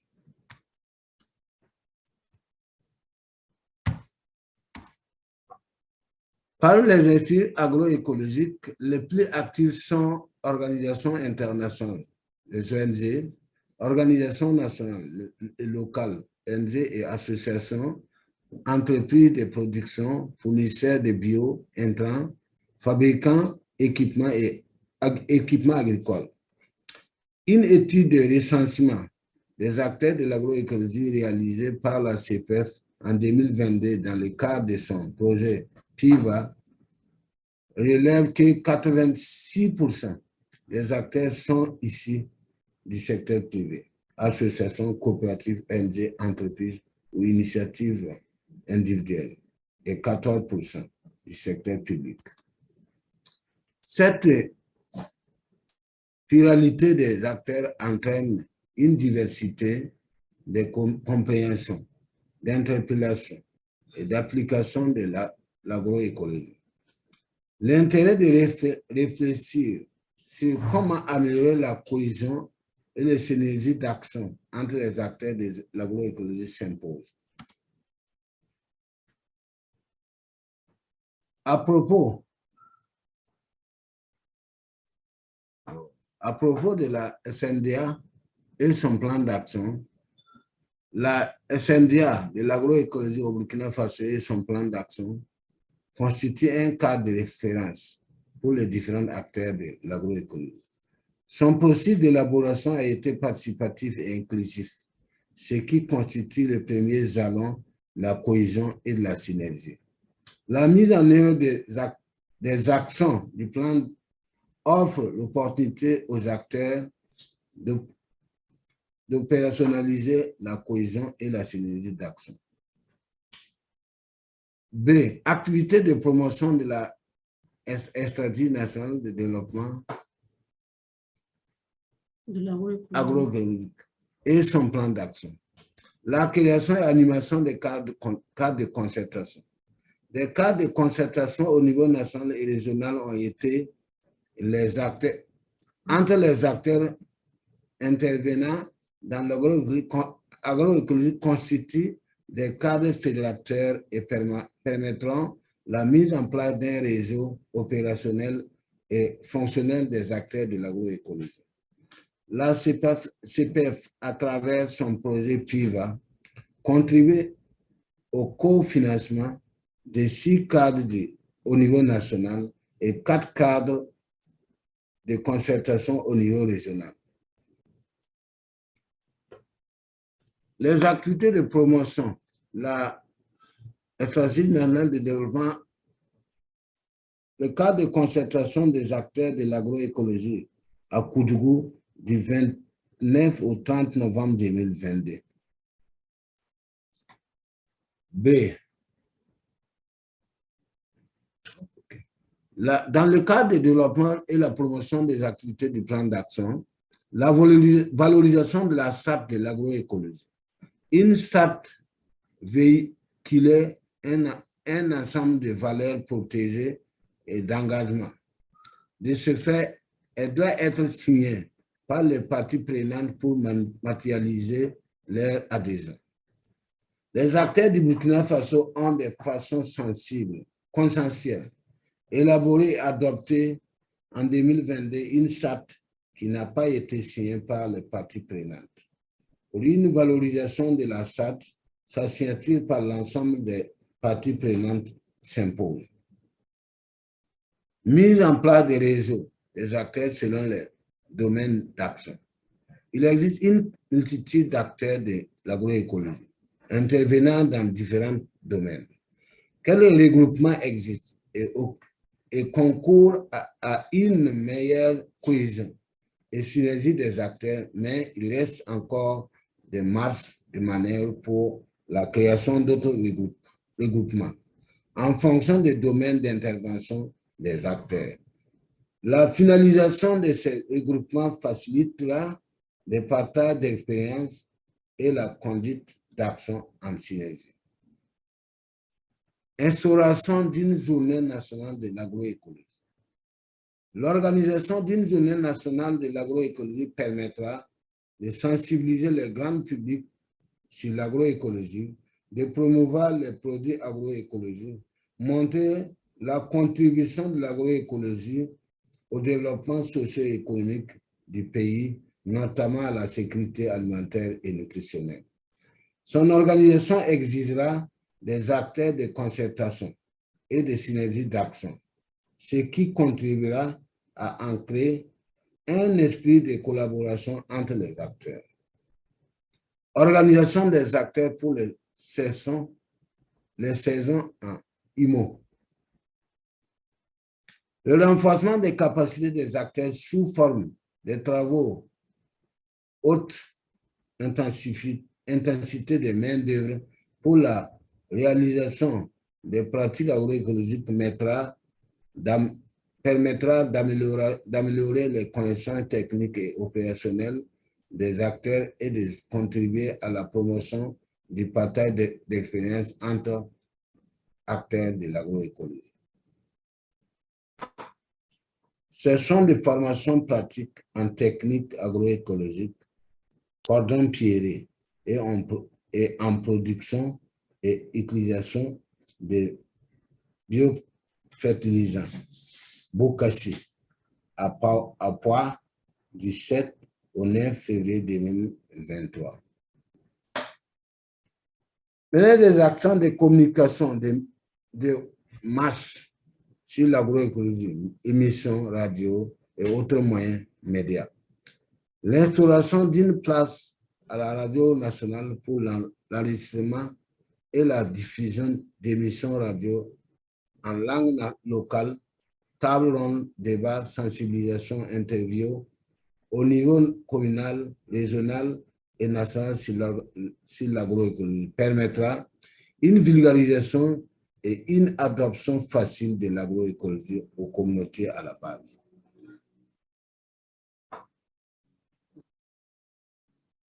Émission radio interactive réalisée le 14 mars 2023 à la radio Voix du paysan à Ouayouria. Je vous remercie. Je ne suis pas long. Merci beaucoup, Monsieur Ouedraogo, pour cette présentation qui montre bien quelques propositions d'activités déjà mises en œuvre pour améliorer et travailler sur la cohésion et les synergies entre les acteurs de l'agroécologie au Burkina Faso. On va maintenant prendre juste une petite dizaine de minutes pour répondre aux quelques questions qui ont été posées dans le chat. Donc, il y a quelques questions qui ont déjà été répondues, que vous pouvez regarder dans l'onglet « Répondu ». Et puis, il y a des questions qui restent ouvertes. Donc, on va distribuer la parole avec mon collègue Jean-Michel Sourisseau. Vas-y, je te laisse.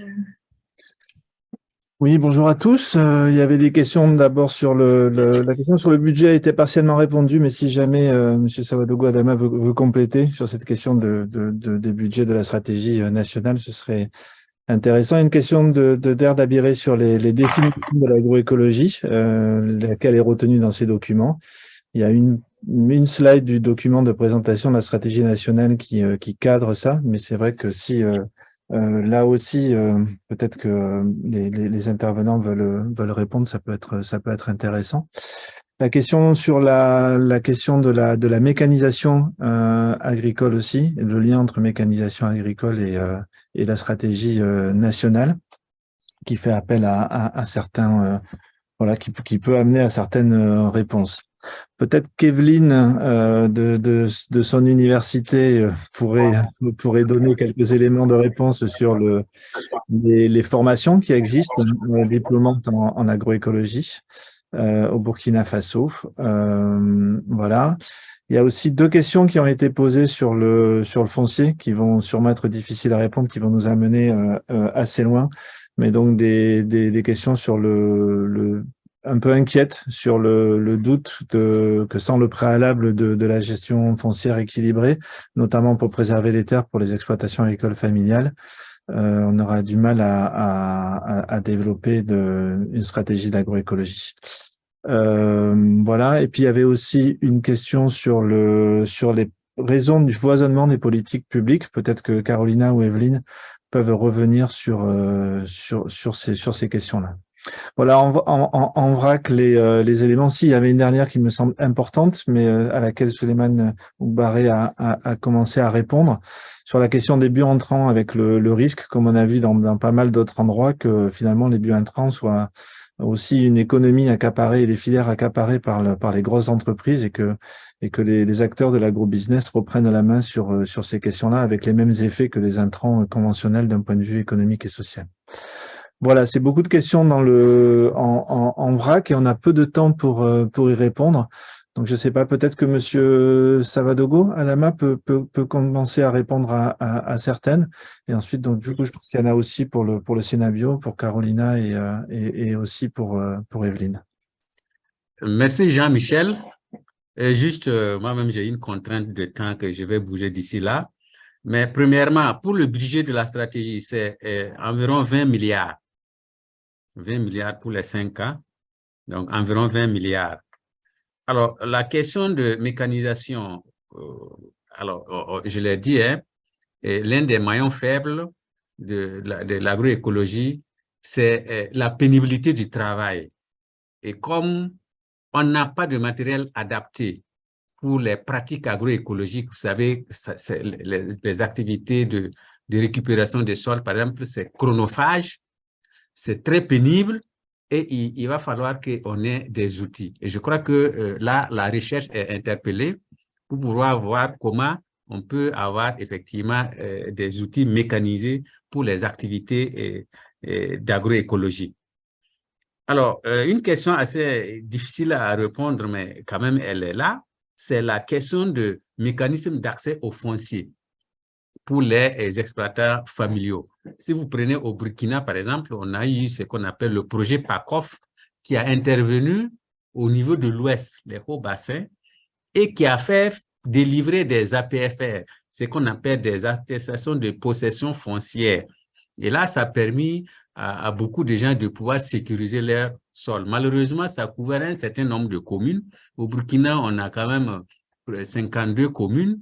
Et ça n'a pas couvert toutes les communes et toutes les communes ne disposent pas non plus des services ruraux, des services de foncier ruraux. Et ça fait que c'est un peu compliqué. Si ces services existaient, peut-être ils allaient accompagner les producteurs pour avoir des attestations de possession foncière. Malheureusement, ce n'est pas le cas dans toutes les communes. Ça fait que, bon, il y a toujours des difficultés donc, liées à cela. Alors, je crois que c'est les principales questions. Le foisonnement des politiques, bon, là, il faut dire que c'est un peu compliqué parce que quand les politiques ne sont pas globales, il faut qu'il y ait des politiques sectorielles qui ciblent tel ou tel aspect. Je prends l'exemple, la question des biointrants. Il faut qu'on ait une stratégie, il faut qu'on ait un document. Il va falloir trouver d'autres documents en ce qui concerne la recherche pour pouvoir dire, bon, voilà, la recherche doit mettre au point tel ou tel élément pour pouvoir faire en sorte que la vulgarisation puisse effectivement s'en servir pour mettre à la portée des producteurs. Et donc, le foisonnement des politiques, c'est vrai que ça existe. Si on peut l'éviter, il faut au plus l'éviter pour, en tout cas, faire un panier commun, comme on le dit. Mais souvent, c'est des acteurs importants qu'il faut prendre en compte dans tous les maillons. Voilà un peu ce que je voulais dire par rapport aux principales préoccupations. Merci beaucoup. Malgré vos contraintes, j'avais quand même il y avait une autre question quand même dans les questions-réponses qui pourrait peut-être vous être adressée avant que vous nous quittiez. C'est la question du consommateur, en fait, et l'idée, est-ce que dans la stratégie, il y a des éléments pour faire passer les consommateurs de simples cibles à des acteurs du développement de cette stratégie au même titre que les producteurs agricoles?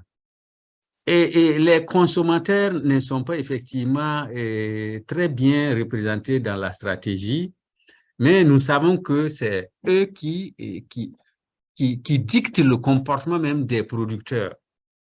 Mais leur façon d'intervenir, leur objet, leur travail, c'est beaucoup plus sociologique.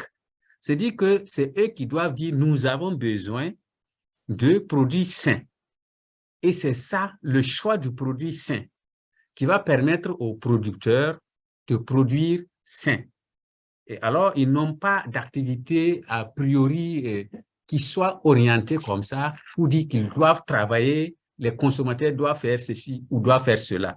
Ils sont beaucoup plus passifs, mais c'est dans leur choix qu'on doit tenir compte pour pouvoir effectivement produire les spéculations qu'ils veulent et la qualité que ces consommateurs veulent. Sinon, ce n'est pas vu dans un aspect où on a analysé effectivement les consommateurs. Très bien, merci beaucoup. Est-ce que les autres panélistes souhaitent répondre sur ces questions-là? Peut-être il y avait la question assez claire sur les formations diplômantes au Burkina Faso. Peut-être d'abord, avant de donner la parole à Souleymane Ougaré qui demande la parole, quelqu'un a une réponse à ça? Ou sinon, on peut renvoyer la réponse à plus tard. Je veux juste, je ne sais pas si j'ai la réponse, mais je voulais juste un peu intervenir par rapport à ça. Bon, je dirais par rapport je vais dire, les formations diplômantes sur l'agroécologie. De ma connaissance, je ne crois pas qu'au niveau de l'université, on ait des formations spécifiques dites formation en agroécologie, mais dans l'initiative de la Banque mondiale sur les évaluations environnementales et sociales, je sais que l'aspect un peu sauvegarde dont l'agroécologie contribue en termes de prise en compte de l'environnement, de prise en compte de la réduction des gaz à effet de serre et de prise en compte d'un sol assez sain pour la production agricole, c'est juste un élément, mais pas seulement basé sur l'agriculture, parce que pour ce master, ça va au-delà de l'agriculture. Ça inclut d'autres réalisations comme les barrages, etc. Donc, je dirais de façon indirecte, il y a des formations qui permettent aux apprenants ou aux étudiants au sortir de leur formation d'avoir un œil plus regardant sur les aspects sauvegarde environnementale et sociale. C'est ce que je voulais juste donner comme information. Et je voulais juste réagir rapidement parce qu'après, je n'ai plus besoin de prendre la parole par rapport à ce que M. Sawadgo disait, répondait eu égard à la question sur le foisonnement. Moi, personnellement, je vois le foisonnement des politiques comme, bon, si on peut le dire ainsi, comme un atout, parce qu'au moins, ça montre le degré et le niveau d'intérêt de plusieurs acteurs par rapport à cette initiative de transition agroécologique. Et donc, du coup, moi, je vois ça comme, au moins, il y a plusieurs acteurs qui sont sur le terrain qui sont dans la danse, et donc chaque acteur essaie, dans la mesure de ses possibilités, de s'imposer par sa vision, mais la vision, elle est commune, même si les définitions sont diversifiées. C'est ce qu'on a pu pouvoir observer lors de cette étude-là. Et donc, pour moi, c'est un atout. Et le ministère, son travail qu'ils ont déjà entrepris à travers tous ces documents, je crois que c'est vraiment travailler à la synergie de ces différentes visions, bon, politiques ou mini-politiques ou stratégies, etc., pour que ça puisse être canalisé. Mais pour moi, c'est vraiment la finalité de ce processus-là, d'avoir plusieurs acteurs dans la danse, d'avoir plusieurs définitions, plusieurs visions, plusieurs stratégies. Pour moi, c'est vraiment un atout qu'il faut souligner. Et donc, le ministère saisit, et je crois que c'est le travail que M. Sawadogou a présenté. Donc, c'était rapidement ce que moi, je voulais juste ajouter comme intervention par rapport aux questions. Merci. Merci, Evelyne. Dans le chat, il est dit qu'il y a une spécialisation en agroécologie qui est en cours dans un projet, en tout cas, dans le cadre d'un master. Voilà. Peut-être juste, Monsieur Ngbaré, 2 minutes, peut-être que Carolina, sur cette question du foisonnement, peut-être que Carolina a 2 mots à rajouter, et ensuite on vous donne la parole pour répondre aux autres questions. Merci de votre patience. Oui, merci beaucoup. Donc, peut-être très rapidement, déjà, merci beaucoup d'être resté jusque-là pour les réponses. Sur ces questions de foisonnement, profusion de politique publique que j'avais annoncé, je pense qu'il y a certes une partie de l'histoire qui est normale de l'action publique, de la fabrique de politique publique. Ça se fait comme ça, par complémentarité, par layering, superposition, accumulation de nouveaux cadres qui viennent répondre à de nouveaux défis. Et je suis d'accord que c'est très parlant s'il y a beaucoup d'acteurs qui sont impliqués, beaucoup d'initiatives autour de ça. Je rejoins aussi Evelyne. Par contre, il y a un autre côté de l'histoire qui est aussi un peu un certain dysfonctionnement, entre guillemets, de l'action publique très orientée parfois par des projets. On sait comment ça se passe. Hein. Chaque projet a ses stratégies, chaque projet promeut son cas de concertation, chaque projet promeut sa charte, et après, il y a une certaine difficulté parfois de coordination entre eux, il faut créer un autre cadre pour coordonner les cadres de concertation. Donc, on sait qu'il y a des limites dans cet écosystème-là. Et bon, il s'agit de le mettre en débat et d'être regardant à ces risques-là, mais ça ne veut pas dire que ça crée non plus un grand blocage à l'agroécologie, au contraire. Mais voilà, il y a quand même quelques dysfonctionnements entre guillemets dans la mise en œuvre à travers beaucoup de l'action publique à travers les projets. Mais merci beaucoup. Très bien, un chemin en train d'être construit.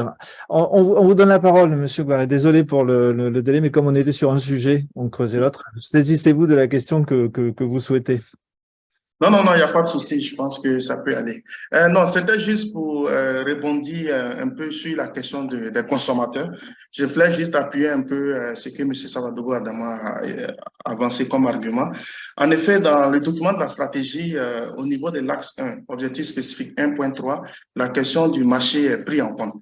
Et nous, en ce qui nous concerne, au niveau du Sénabio, nous avons développé une initiative que nous appelons système participatif de garantie qui vise à mettre sur le marché des aliments sains et de bonne qualité aux consommateurs. Et dans ce dispositif-là, ça sous-entend du coup la prise en compte du consommateur dans le dispositif de contrôle ou en tout cas des activités qui doivent être menées. Donc, les consommateurs sont des parties intégrantes du dispositif du début jusqu'à la fin. Donc, c'était cet élément-là que je voulais apporter. Et puis, je pense que pour la question qui m'était personnellement adressée, j'ai déjà répondu. C'était juste pour assurer, en tout cas, le collaborateur que la question de l'autonomisation des petits producteurs, en tout cas, sont pris en compte, notamment dans le plan d'action élaboré par les acteurs eux-mêmes, où il y a pas mal d'actions de renforcement des capacités qui sont prévues en la matière, notamment même sur les semences paysannes qui sont déjà un enjeu, et aussi sur la production et la formulation des bio-intrants. Donc, voilà un peu les éléments que j'avais voulu un peu apporter par rapport aux questions. Et puis, voilà. Merci beaucoup. Très bien. Merci beaucoup pour ces précisions. J'ajoute qu'on n'aura pas le temps de répondre à toutes les questions qui ont été rajoutées dans le, dans le chat, mais on essaiera de faire un petit point et de renvoyer aux différents auteurs en même temps, enfin aux différents participants en même temps que les présentations, quelques éléments de réponse. Peut-être que nos collègues panélistes de la Confédération paysanne du Faso veulent rajouter un mot sur ces éléments-là. On veut ajouter quand même un élément par rapport au foisonnement des politiques. Allez-y. Moi, je trouve que ce n'est pas un atout, mais si c'est des complémentarités des politiques, oui, c'est un atout. Mais le foisonnement, ça veut dire que la volonté politique qu'on a évoquée au départ là, n'est même pas là. S'il y a la volonté politique, il n'y aura pas de foisonnement politique, il y aura des complémentarités politiques. Merci. D'accord, merci beaucoup. Bon, on est un peu au bout de notre... On a déjà dépassé de 15 minutes. Hein. Et d'ailleurs, je crois que... Je vais redonner la parole à Amélie, mais je crois donc du coup, le secrétaire général a dû partir et le marin a dû partir. Mais je redonne la parole à Amélie pour conclure ce séminaire qui a largement débordé, mais c'était un peu prévu, mais peut-être pas autant.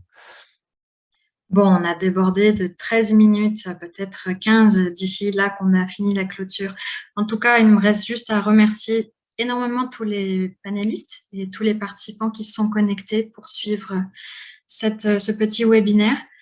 Au début, on s'était dit qu'on voulait juste restituer les travaux de Carla et des collègues qui ont été faits sur l'analyse des politiques publiques. Et puis, en discutant voilà, avec la CPF, avec le Sénat-Bio, avec le ministère, on s'est dit que c'était l'occasion de faire un point d'information plus large. Et je pense que ça a bien réussi parce que voilà, on a eu plus de 80 participants, des personnes qui sont du Burkina, mais des personnes qui sont aussi de la sous-région et des personnes qui sont aussi en Europe.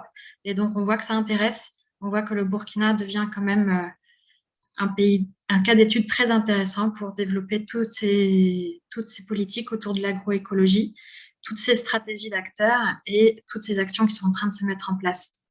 Donc, vraiment, en fait, on se dit qu'on va refaire l'expérience bientôt. On pourra faire le point sur toutes ces stratégies, sur tout ce foisonnement politique et tous ces plans d'action pour voir où est-ce que ça en est. En tout cas, vraiment un grand merci à tous les acteurs qui ont contribué à la réussite de cet événement. Et puis, comme ça a été enregistré, pour tous ceux qui n'ont pas pu participer et suivre, on pourra le mettre en ligne sur les différents sites web des co-organisateurs. Voilà. Je ne vous souhaite pas un bon retour parce que vous êtes déjà là où vous êtes, mais merci et à la prochaine.